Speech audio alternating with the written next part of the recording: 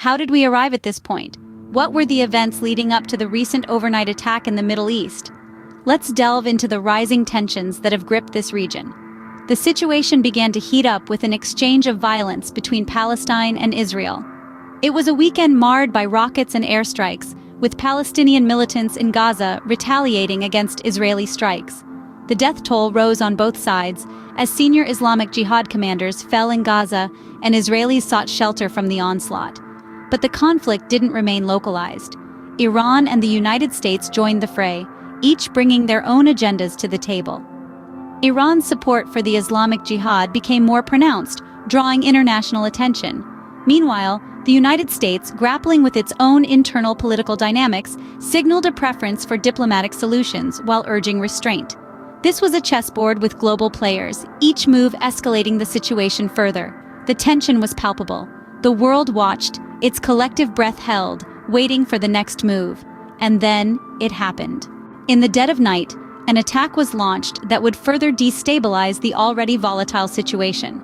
Israel, amidst rising tensions, initiated an overnight strike on Iran's consulate.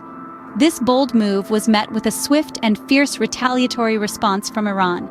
A barrage of missiles and drones were sent flying, with most of them intercepted by Israel and its allies, but the message was loud and clear. The international community watched on with bated breath, each nation formulating its own response. The United States signaled a preference for diplomatic solutions, urging restraint, while the United Nations prioritized restoring peace and stability.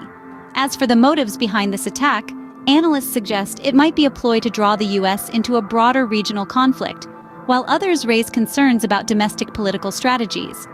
Regardless of the reasons, the implications of this attack are far-reaching, potentially altering the dynamics of the region.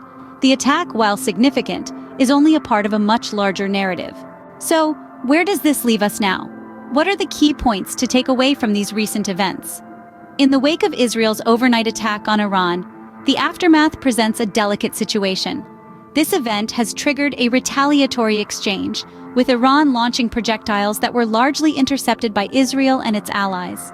While the dust settles, the potential for further escalation looms ominously. The international community, led by the United States, is urging restraint and advocating for diplomatic solutions. However, the success of such diplomatic efforts is far from certain, especially as the motives behind Israel's initial attack are debated. The roles of global players are coming into sharper focus. The United Nations is being called upon for involvement, despite Israel's attack being a response to its own actions. Meanwhile, Iran's support for the Palestinian militant group, Islamic Jihad, is drawing attention, further complicating the situation. As we look to the future, the actions of these global powers will undoubtedly have significant impacts on the situation. As the dust settles, we are left with more questions than answers. One thing is certain, though: the world will be closely watching the Middle East in the days to come.